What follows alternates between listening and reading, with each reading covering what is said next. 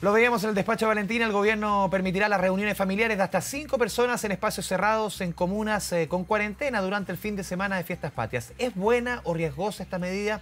Para hablar de este tema y otros de la contingencia, hace ya 6 meses, recordemos que se descubrió el primer caso de COVID-19 en nuestro país, nos acompaña el doctor Carlos Pérez, infectólogo de la Clínica Universidad de los Andes y decano de la Facultad de Medicina de la Universidad de San Sebastián. Doctor Pérez, bienvenido a Canal 24 Horas, buenas tardes. Buenas tardes, Andrés. Lo primero, doctor, fondéate en tu casa. ¿Cómo analiza usted como infectólogo este plan anunciado por la moneda? Bueno, mire, yo creo que lo que las personas tienen que tener claro es que las condiciones y las limitaciones a la circulación y las recomendaciones siguen siendo las mismas. Yo entiendo que el gobierno ha hecho algunas pequeñas excepciones, ¿no es cierto?, para facilitar que algunos miembros, especialmente de las familias, puedan reunirse en estos días, pero en esencia tenemos que mantener las mismas medidas de autocuidado, distancia física, uso de mascarilla, lavado de manos, y en las reuniones que ocurran, hay que ser muy cuidadosos de saber con quién uno se va a reunir, porque si eso significa que nos vamos a encontrar con otras personas, otros amigos que no vemos hace tiempo y cuyos riesgos de haberse expuesto al virus desconocemos, es una situación delicada. Yo recomendaría que si nos vamos a reunir, lo hagamos especialmente con nuestra familia cercana, con los que hemos estado en contacto, los que han guardado las mismas precauciones que nosotros, porque no queremos tener nuevos brotes que sin duda que pueden ocurrir en estas circunstancias. Estaba leyendo algunas declaraciones, señor Pérez, por ejemplo, de Claudia Cortés, vicepresidenta de la Sociedad Chilena de Infectología, quien dice, citando una entrevista aquí en el diario La Segunda, todos sabemos que el consumo de alcohol aumenta en estas fechas y que cuando la gente toma trago, deja de seguir instrucciones. Bueno, eso no es bastante claro lo que señala la doctora Cortés. Esto ocurre para situaciones como esta y para muchas otras, ¿no es cierto?, en que disminuye nuestro control, nuestro autocontrol, ¿no es cierto?, y podemos vernos expuestos a situaciones de riesgo. Ocurre cuando conducimos vehículos, ¿no es cierto?, ocurre en esta situación y en otras. Entonces, efectivamente, el riesgo mayor es que las personas, algunas de las cuales pueden ser contagiantes, tengan contacto cercano con otras, distancias menores de 1 metro, y sin mascarilla al momento de alimentarse, de beber, ¿no es cierto? Y es ahí donde ocurren las transmisiones y los contagios. Ese es el momento de riesgo. El contacto con superficies inanimadas, contaminadas u otro tipo de situaciones son menos riesgosas que el contacto directo, persona a persona, sin mascarilla, mientras nos estamos alimentando, y esa situación se puede dar evidentemente bajo los efectos del alcohol. Doctor Pérez, estaba también leyendo otras declaraciones, por ejemplo, de Álvaro Erazo, ex ministro de Salud, que hoy día en la mañana en entrevista con Radio Pauta señaló, él también es integrante del Comité Asesor COVID-19, señaló que la instancia, esta Comité Asesor, no fue consultada por el Ministerio de Salud. ¿Llama la atención o no? ¿O esto es normal? Que no se consulte para decisiones que igual han generado mucho ruido. Bueno, yo no podría responderle al respecto. Probablemente nuestra autoridad, el ministro de Salud, podría responder mejor que yo. En general ha habido una buena comunicación y han sido recogidas todas las sugerencias del comité, que es un comité asesor, naturalmente, no es el que toma las decisiones finales, pero que yo creo que hay que tenerlas presentes. Y en este caso entiendo que ha habido algunas diferencias y discrepancias sobre algunas de las recomendaciones o los cambios que se han hecho. Yo vuelvo a insistir, aquí finalmente la responsabilidad es personal, de autocuidado. Solamente yo sé si me voy a exponer o no a situaciones de riesgo, y con las cuales puedo involucrar también a mi familia, a mis seres queridos, a mis adultos mayores que viven conmigo, a personas con enfermedades crónicas que viven conmigo. Entonces hay una responsabilidad personal más allá de que se liberen o no algunas restricciones a la circulación de las personas. Este 18 ya definitivamente no es como el que estamos acostumbrados. No van a haber fondas, no van a haber celebraciones, a lo más tendremos algunas reuniones familiares pequeñas, y que les pido yo a las personas, ¿no es cierto?, que sean lo más limitadas posible, porque no queremos nuevos brotes. Pero no es contraproducente, doctor, por lo menos en lo comunicacional. claro, usted es doctor, infectólogo, pero cuando se dice, por ejemplo, los números que tenemos en Magallanes, hace pocos días que retrocedió en este paso a paso, retrocedió Concepción, el llamado ayer de las autoridades, previo a este anuncio, se hace el llamado al autocuidado y a mucho cuidado en ciertas comunas de la capital en que los números están volviendo a ser, no preocupantes, pero ojo con ciertas comunas. Y renglón seguido saca este anuncio. ¿No es contraproducente?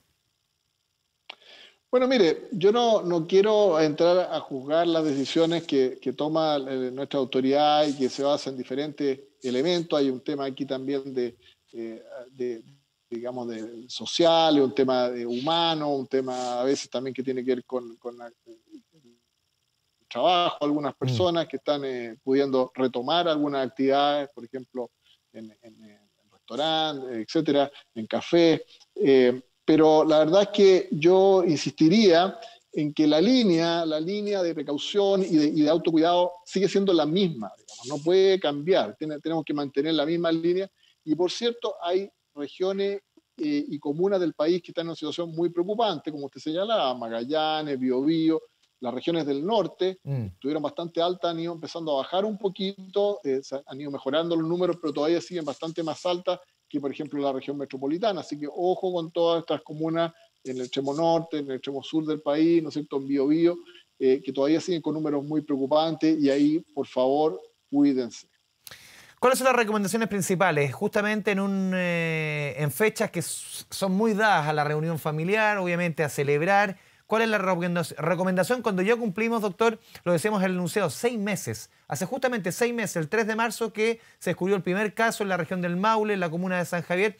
¿Cuál es la principal recomendación? Porque muchas personas ya, después de 6 meses, de meses de cuarentena, como que ya hacer caso, como que la gente ya, o casi todos, ya como que no, ya la regla o las instrucciones como que no entran igual que al principio.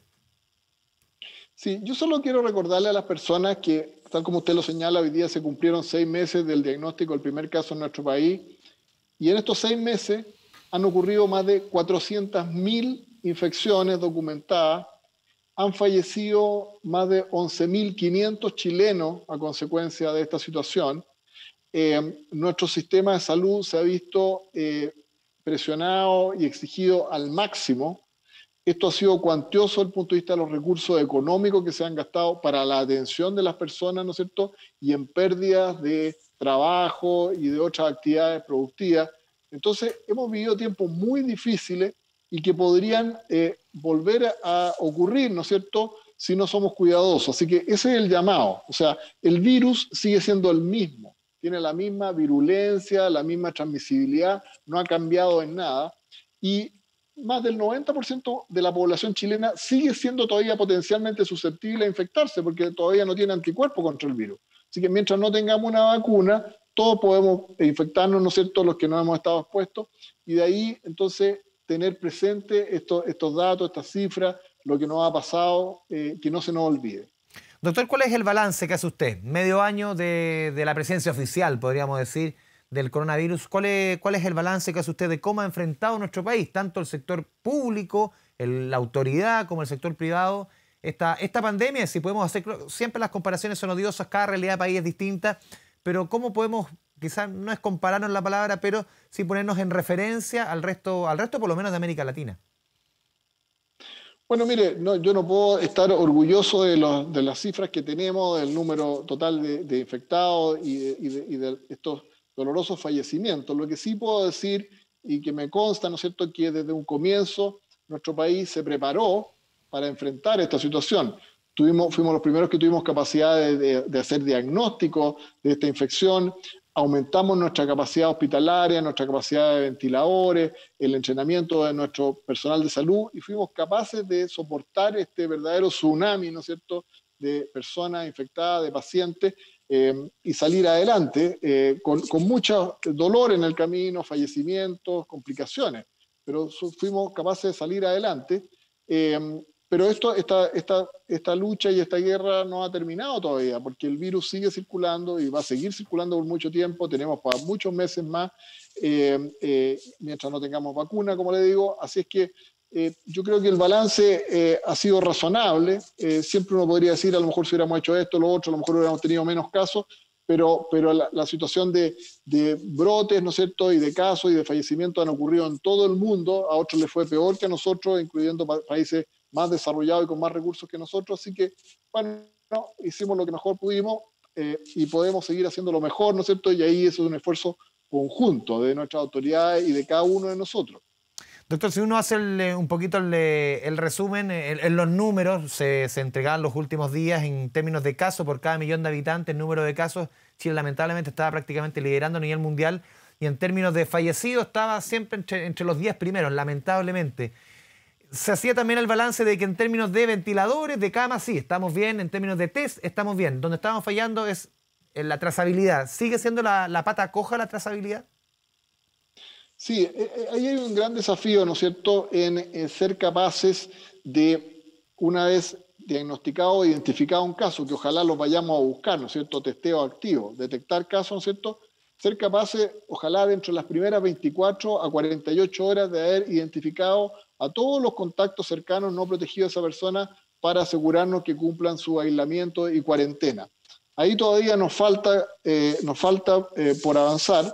Esto es una responsabilidad compartida entre el Ministerio de Salud, los servicios de salud en los municipios y las mismas personas que tienen que asegurarse de entregar toda la información para poder hacer una correcta trazabilidad. Ahí yo creo que todavía nos falta. Hay otros países, ¿no es cierto?, en que son unas respuestas muy rápidas, ¿no es cierto?, muy rápidas. China ha estado teniendo algunos pequeños brotes, por ejemplo, Beijing, ¿no es cierto?, y ellos en 2 horas ya están encima, ¿no es cierto?, identificando los contactos y dentro de las 24 horas ya tienen a todos identificados. O sea, todavía podemos avanzar más, es un esfuerzo colectivo y ahí hay un desafío, ¿no es cierto?, para poder mantener lo mejor posible controlada esta pandemia.